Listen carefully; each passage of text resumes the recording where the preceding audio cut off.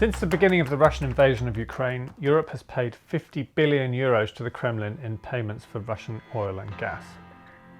This money directly funds the bombs and missiles that are killing Ukrainian civilians and pays for the brutal occupation in eastern and southern Ukraine. This is a moral outrage and also makes us politically weak in opposing Russian aggression because Putin can turn off the taps any time he wants. Therefore, we have only one option. The EU, and in particular Germany, must stop bankrolling Putin's war in Ukraine. Politicians say it'll take years to unhook Europe from dependence on Russian fossil fuels, but actually they're wrong. I'm co-author of a report called Switch Off Putin, which shows exactly how it can be done. To figure this out, we need to look at the numbers, starting with gas. Last year, Europe imported 155 billion cubic meters, or BCMs for short, of gas from Russia. This is the number we need to match from alternative sources and energy savings to switch off Putin's gas. So this is how to do it. The biggest thing is to turn down the heat in winter. If Europe reduces heat demand in buildings by 4 degrees centigrade, we can save 40 BCMs. That doesn't make it freezing inside our houses, it actually reduces average temperatures from 22°C to 18 degrees centigrade. You don't need to wear a t-shirt inside in winter. The second thing is to find alternative sources of gas. Like it or not, the fossil fuel age is not over and much of Europe's industry still uses gas. We're talking chemicals, fertilizers, manufacturing and so on. Getting LNG delivered to Europe by supertankers and switching to other pipelines can save 30 BCMs of gas.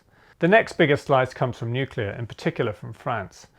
Currently, many French nuclear power stations are switched off for regular maintenance. Getting them all back online can deliver 26 BCMs of gas replacement. Come on guys, there's a war on, we should have a war economy, and this is no time for business as usual. Also on nuclear, one of the craziest situations of all is the plan by Germany to switch off permanently its last 3 nuclear power stations. So instead of switching off Putin, they're switching off nuclear and staying addicted to Russian fossil gas as a result. Now I know anti-nuclear is a religion in Germany, but people are dying in Ukraine. We need to stop the German nuclear shutdown and restart the recently closed reactors to get rid of another 14 BCMs of Russian gas. Now to renewables. In the longer term, wind and solar can run most of Europe's power, but this takes time. In just 1 year, if we dramatically step up installations of new wind and solar, Europe can substitute another 6 BCMs of Russian gas by not having to burn gas to make electricity. Most gas is actually used in heating buildings. We can electrify that with heat pumps to use clean electricity from renewables and nuclear instead. Putting in heat pumps takes time too, of course, but we think another 4 BCMs equivalent from heat pumps can be delivered this year. Okay, so let's check the total so far. 40 BCMs from turning down thermostats, 30 from alternative gas sources, 26 from French nuclear, 14 from Germany and other nuclear power stations, 6 from renewables and 4 from heat pumps.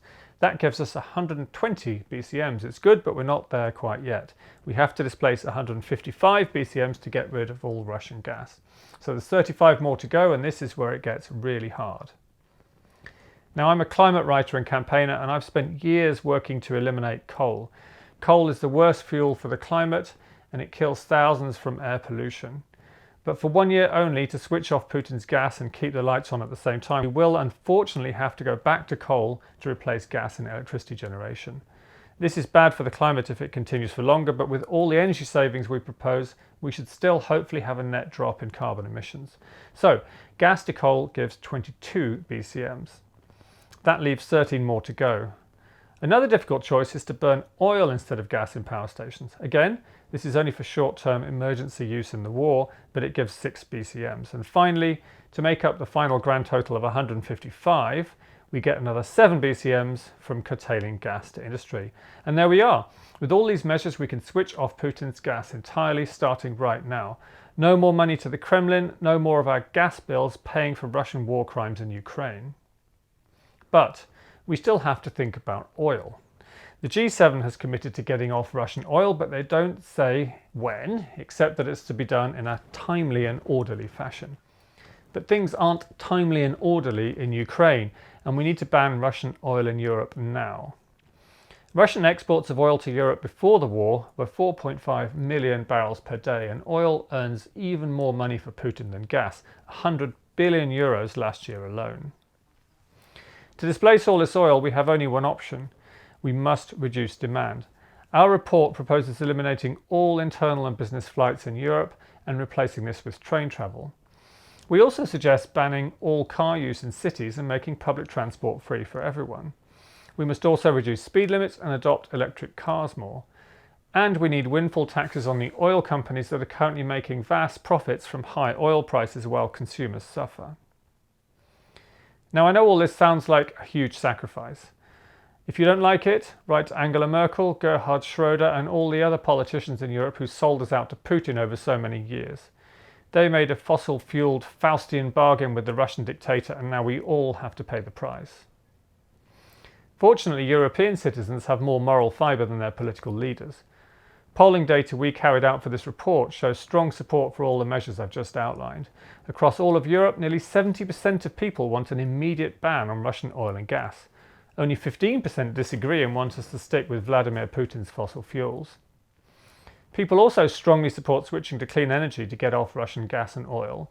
3/4 of people back a massive increase in spending on low carbon energy. We need to accelerate the renewables revolution to help in this campaign, and nearly 2/3 of people in Europe agree that we should suspend normal planning laws to help get more wind and solar built really quickly. Actually, the same number of people, about 2/3, support a big push for more nuclear. Even in Germany, a clear majority supports extending the life of their nuclear plants. And more than half of Europeans say that they are prepared to eat less meat so that we can help to reduce the burden of the war on global food supplies. So, we say to Europe, what are you waiting for? Switching off Putin's oil and gas could be the quickest way to end the war in Ukraine. People in Europe support it, and we know from the figures that I've just presented that it's possible. There's no excuse for further delay. People are dying. Switch off Putin now.